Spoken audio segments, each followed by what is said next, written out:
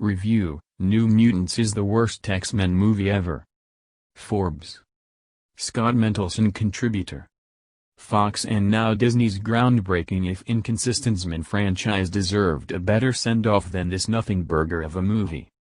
Note, I'm not going to lecture you about attending movie theaters since we're all adults, but I will note that I saw this at a drive-in late last night and that Disney is reporting that the film earned $750,000 in preview screenings, even noting 62% nationwide capacity. That still would have been around $1.25 million in preview grosses in 100% of the country, which using plausible comparisons would have been an opening of between $13 million and $21 million for the weekend. At the moment, we might expect a $7 million $13 million Friday to Sunday debut. Putting aside the circumstances of its release, both in terms of being delayed for over 2 years mostly due to shenanigans related to Disney Dis plus 1.6% buying Fox in mid-2019 and being the first major studio release dropped into nationwide theatrical release after months pandemic-related theater closures, The New Mutants is a miserable motion picture. It's a monotonous, redundant and irrelevant fantasy flick that fails to commit to being a teen melodrama, a fantasy or a horror movie, instead offering half-assed components of all three despite a strong cast, the all-too-rare presence of an LGBTQ romance between two lead characters and a few moments of visual inventiveness. Josh Boone and Nate Lee's The New Mutants boils down to being, yes, a terrible feature-length prequel for a sequel that absolutely no one will ever want to see.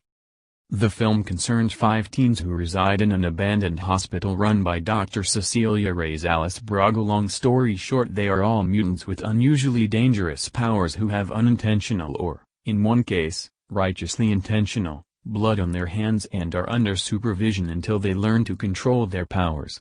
Dani Moonstar Blue Hunt enters the fray after her entire reservation is wiped off the map in the film's cryptic prologue, and even though she doesn't yet know what her mutant power is, she is considered a danger to others.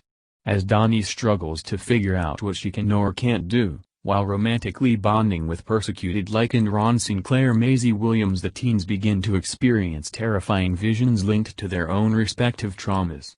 But all is not as it seems.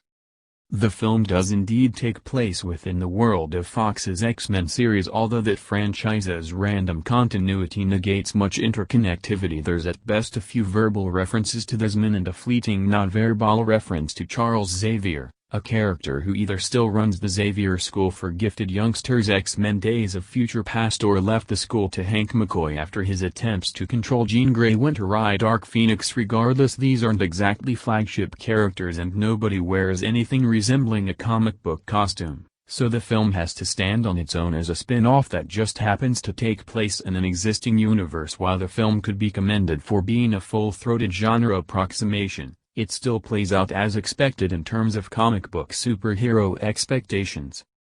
Due to obvious franchise aspirations, we have 5 primary characters who all get introductions, sequences where they show off their powers, scenes where they lay out their respective traumatic origin story, and set pieces where they fend off haunted visions.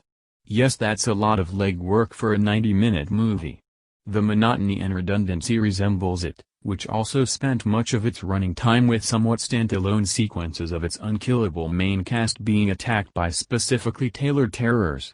That film at least had more than just standalone scare sequences and didn't entirely take place in a single visually drab interior locale. Considering Fox allegedly first demanded reshoots after it made $700 million worldwide, it's ironic that New Mutants, essentially what Boone shot in 2017, has all of its weakness and none of its strengths. Promoted.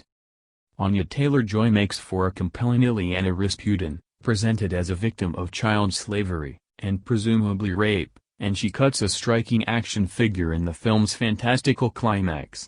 None of the other kids, including Henry Zaga's Roberto da Costa and Charlie Heaton's Sam Guthrie, all of whom have done fine work elsewhere, make an impression. Braga barely allows her voice to rise above a whisper. Save for fleeting past tense cameos, those 6 people are the only characters in the movie. The 90-minute flick consists of these 5 youngsters going through a standard TV pilot-style heroic awakening with the presumption that they'll be the marquee characters, heroes fans wanted to see in the next movie. Considering Dark Phoenix's failure and Disney's presumed intent to reboot X-Men into the existing MCU, this route is especially cruel. Lacking marquee characters and existing as a feature-length prologue, The New Mutants fails as a teen melodrama and, partially because we know none of the core cast is in any danger, as a horror movie. Whether it justifies itself as an X-Men movie is irrelevant since it is a very bad X-Men movie, the worst of the franchise. At least X-Men Origins, Wolverine had multiple locations, multiple characters and big-scale comic book action that resembled a trashy 1980s canon flick. New Mutants' visuals are generally drab, and the few moments of fantastical color lit up the screen. All due credit for an inclusive cast and a front-and-center same-sex romance, and with a note that Boone's The Fault in Our Stars was one of the best movies of 2014, The New Mutants is like watching a lousy TV pilot for a show that you know didn't get picked up.